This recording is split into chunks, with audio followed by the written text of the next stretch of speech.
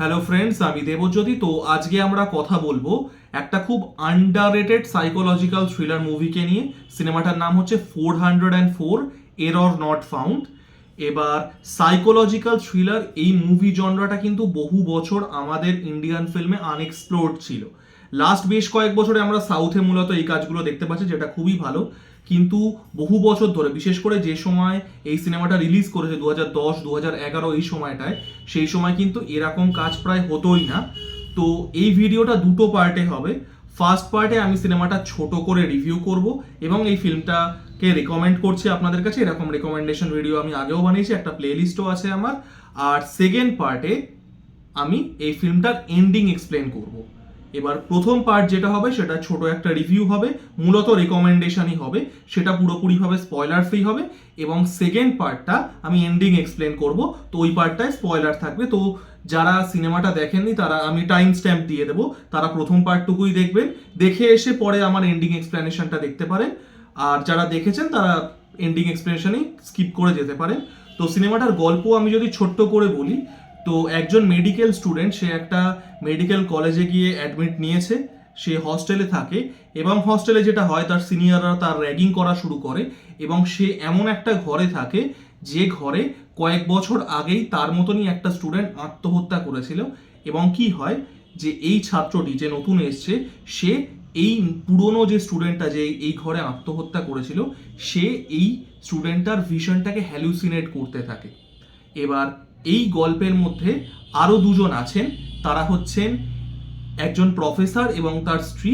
এবং এই প্রফেসর যিনি, তার একটা খুব ডার্ক পাস্ট আছে। তো এই হচ্ছে টোটাল সিনেমাটা ছোট করে বললে। সিনেমাটা খুবই টাইটলি পেস্ট, 2 ঘন্টারও কম, 118 মিনিটের সিনেমা। এবং এই জন্য আমার ইন্ডিপেন্ডেন্ট কাজ দেখতে ভালো লাগে, কারণ ইন্ডিপেন্ডেন্ট সিনেমাগুলো কি হয়, খুব লিমিটেড রিসোর্সেসও বানানো হয়। তো ডাইরেক্টরের যা ভিশন, যে গল্পটা, সেটাই খুব টাইটলি প্রেজেন্ট করা হয়, এক্সট্রা কোনো অ্যাডেড এলিমেন্ট থাকে না। এই সিনেমাটাতেও কোনো আননেসেসারি লাভ স্টোরি নেই, কোনো গান নেই, কিচ্ছু নেই। জাস্ট গল্পটাকে খুব টাইটলি তুলে ধরা। এবং সিনেমাটার যদি আমি থিমটা বলি, ইটস অ্যাবাউট ডিসেনশন ইনটু ম্যাডনেস। একটা মানুষ, সে আস্তে আস্তে তার মানসিক স্থিতি হারিয়ে ফেলছে এবং সে আস্তে আস্তে কিভাবে একটা ইনস্যানিটিতে আস্তে আস্তে তলিয়ে যাচ্ছে, এটা সেটা নিয়ে গল্প। এবং লাস্টে একটা টুইস্টও আছে। তো সিনেমাটা দেখতে পারেন, দেখে এসে জানান কেমন লাগলো। তো এই পার্টটা ছিল হচ্ছে আমার রেকমেন্ডেশন এবং ছোট করে রিভিউ। এবার আমরা কিন্তু এই সিনেমাটার এন্ডিং এক্সপ্লেন করব এবং এটার মধ্যে স্পয়লার থাকবে। তো দেখুন, যারা সিনেমাটা দেখেছেন তারা জানে যে এই গল্পটা কিন্তু মূলত 4টে বা 5টা চরিত্রকে নিয়ে তৈরি হচ্ছে। এবার আপনারা যদি সিনেমার একদম শেষে দেখেন, তাহলে দেখতে পাবেন যে লাস্টে গিয়ে এই যে অনিরুদ্ধ বলে যে ছেলেটা, সরি অভিমন্যু বলে যে ছেলেটা, যে ছেলেটা হস্টেলে এসছে, সে লাস্টে মারা গেছে। এবার প্রথমেই আমি একটা কথা বলে দিতে চাই, এই সিনেমাটা এই জন্য আমার খুব ভালো লাগে, এই সিনেমাটা কিন্তু এটার এন্ডিংটা ওপেন এন্ডেড রেখেছে। এবার এই ওপেন এন্ডেড রাখার জন্য একটা ভালো জিনিস, যে আমরা নিজেদের মতো করে ইন্টারপ্রিটেশন তৈরি করতে পারি। আমি এই মুভিটার এন্ডিংয়ে দুটো এক্সপ্লেনেশন দেব। একটা হচ্ছে from a psychological thriller point of view এবং from a supernatural thriller point of view, কারণ মুভিটাকে দুইভাবে ইন্টারপ্রিট করা যায়। ঠিক আছে? তো প্রথমে আমরা যদি সাইকোলজিক্যাল থ্রিলারের পার্সপেক্টিভ থেকে দেখি বা সাইকো অ্যানালিসিসের পার্সপেক্টিভ থেকে দেখি, তাহলে যেটা হবে সেটা আমরা এইভাবে এক্সপ্লেন করতে পারি যে প্রফেসর, তার পুরো তার মাথার মধ্যেই পুরো ঘটনাটা ঘটেছে। অভিমন্যু অলরেডি মারা গেছে। আমরা জানি যে প্রফেসর নিজেই এই পুরো ব্যাপারটা সেট আপ করেছিলেন। তার নিজের যে একটা ট্রমার ছিল, তার তার মাকে নিয়ে, সে তার মাকে নিয়ে হ্যালুসিনেট করতো। সেই ট্রমাটা থেকে বেরোনোর জন্য, এবং তার একটা থিসিস পেপার আছে, সেই থিসিস পেপারটায় প্রমাণ করার জন্য যে ভূত বলে কিছু হয় না, সুপার ন্যাচারাল বলে কিছু হয় না, প্রত্যেকটাই মানুষের সাইকোলজি, এইটা প্রমাণ করার জন্য সে কিন্তু এই অভিমন্যু, এই ছাত্রটাকে ইউজ করেছিল।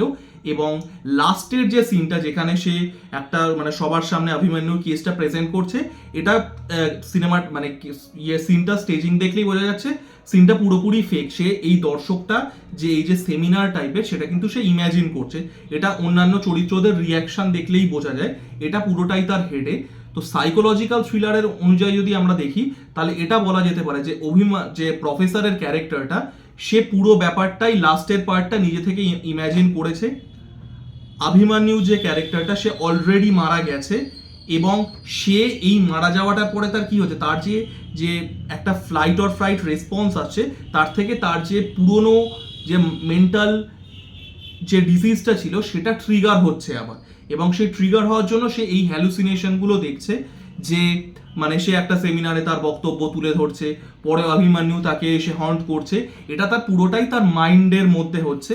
এবং আপনারা যদি তার আগে টিস্কা চোপড়ার সাথে ইমাদ শাহ, মানে নাসিরুদ্দিন শাহর ছেলে, এই সিনেমার যে ডিফ্যাক্টো ভিলেন, যদিও এই সিনেমাতে ভিলেন কেউই নেই সেইভাবে, মানে it's the villain is the mind, এবার টেকনিক্যালি যে ভিলেন আছে ইমাদ শাহ এবং টিস্কা চোপড়া যদি কনভারসেশনটা দেখেন, তো তারা কিন্তু শক থেরাপি একজনের উপর অ্যাপ্লাই করার কথা বলছে, যেটা আমরা কিন্তু সিনেমাটা যত প্রগ্রেস করছে আমরা হয়তো বুঝতে পারি এটাই হচ্ছে ওই প্রফেসর, মানে টিস্কা চোপড়ার স্বামীর রোল যিনি প্লে করেছেন, একটার নাম হচ্ছে নীলকান্ত কামাত, তো তার উপরেই মানে প্রয়োগটা হবে, এবং পুরোটাই সে ইম্যাজিন করছে।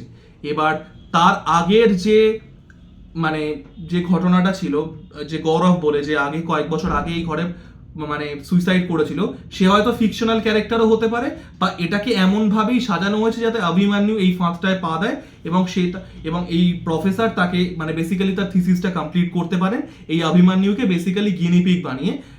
এর আগের যে স্টুডেন্টটা ছিল গৌরব বলে, হি ইজ বেসিক্যালি আ ম্যাকগাফেন। এবার ম্যাকগাফেন কি আমি এখানে এক্সপ্লেন করবো না, তার জন্য আমি একটা আলাদা ভিডিও বানাবো। এটা একটা মানে গৌরবের ক্যারেক্টারটা কিন্তু এখানে একটা মোটিভ, সে রিয়েল কি রিয়েল নয় সেটা পরের কথা, এবং পুরোটাই সাজানো হয়েছে, এবং লাস্টে সে যে ভিশনটা দেখতে পাচ্ছে সেটা কিন্তু পুরোটাই হ্যালুসিনেটরি, সে কিন্তু পুরোটাই ইম্যাজিন করছে অভিমন্যু কিন্তু অলরেডি মারা গেছে। এই গেল হচ্ছে সাইকোলজিক্যাল থ্রিলারের অ্যানালিসিস। এবং সেকেন্ডলি আমি যদি এটাকে একটা সুপার ন্যাচারাল থ্রিলারের অ্যানালিসিস হিসেবে দেখি, তাহলে আপনারা দেখতে পাবেন যে সিনেমাটার মধ্যে কিন্তু বারবার করে একটা কথা বলা আছে, যে মানে যে ক্যারেক্টারটা বলবে, এবং সে তার যে গৌরব বলে যে ক্যারেক্টারটা ছিল যে সুইসাইড করেছে, সেও মানে তার কথা অনুযায়ীও যে মানুষ ততদিন অবধি আত্মা হিসেবে থাকে যতদিন অবধি তাদের কোনো লাইফে পারপাস থাকে, ততদিন অবধি তারা আত্মা হিসেবে কিন্তু মানে থাকে, মানে যেটা বলে মুক্তি না পাওয়া। এবার আপনারা যদি সিনেমাটা ভালো করে দেখেন, প্রফেসরের ডিবেটটা কি ছিল, সে প্রমাণ করতে চেয়েছিল যে মানে এইসব সুপার ন্যাচারাল বলে কিচ্ছু হয় না, ভূত প্রেত বলে কিচ্ছু হয় না, প্রত্যেকটাই সাইকোলজি, এবং তাই জন্য সে এই স্টুডেন্টটাকে পুরো গিনিপিগ হিসাবে ইউজ করেছিল অভিমন্যু বলে। এবার অভিমন্যুর বক্তব্য কি ছিল, যে সে কি বলতে চাইছে, যে মানুষের যে স্পিরিট সেটা একটা এনার্জি, এবং সেই এনার্জিটা আমরা দেখতে পাচ্ছি না বা সেটা ফিল করতে পারছি না, মানে সেটা এক্সিস্ট করে না সেটা নয়, এবং একটা এনার্জি, এই যে স্পিরিটটা সেটাই এনার্জি ফর্মে ততক্ষণ অবধি থাকে যতক্ষণ অবধি এটার একটা পারপাস কমপ্লিট না হচ্ছে, যতক্ষণ তার একটা অসমাপ্ত কাজ আছে ততক্ষণ অবধি এই স্পিরিটটা এনার্জি ফর্মে কিন্তু আমাদের মধ্যেই থাকে, হয়তো আমরা সেটাকে ফিল করতে পারি না। তো আমরা যদি এই এক্সপ্লেনেশনটার দিক দিয়ে যাই সুপার ন্যাচারাল থ্রিলারে, অভিমন্যুর বক্তব্যটা, ফাইনাল বক্তব্যটা কি ছিল, যে সে চেয়েছিল প্রফেসরকে ভুল প্রমাণ করতে, যে সত্যি স্পিরিট বা এনার্জি এরকম কিছু হয়, পুরোটাই মেন্টাল মানে হ্যালুসিনেশন নয়। এবং লাস্ট সিনে গিয়ে কি হলো, যখন সে তার মানে সে প্রফেসরকে নিয়ে গিয়ে বেসিক্যালি তার মানে হ্যাঙ্গিং বডিটা দেখালো, সে কি প্রমাণ করে দিল, তার লাস্ট কাজ তো এটাই ছিল, তার যে ফাইনাল যে লাইফের পারপাস সেটা কিন্তু এটাই ছিল, প্রফেসরকে ভুল প্রমাণ করা, এবং এটা প্রমাণ করা যে তার লাইফের পারপাসটা কিন্তু মানে মানে লাইফের পারপাস পূরণ না হওয়া অবধি স্পিরিটটা কিন্তু এনার্জি ফর্মেই থাকে।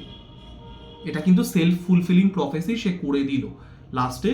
তো এটা যদি আমরা সুপার ন্যাচারাল থ্রিলারের অ্যাঙ্গেল থেকে দেখি, বাট আমার ফার্স্ট মনে হয় যে ফার্স্ট ইন্টারপ্রিটেশনটাই বেশি গ্রহণযোগ্য, কারণ it's treated as a psychological thriller.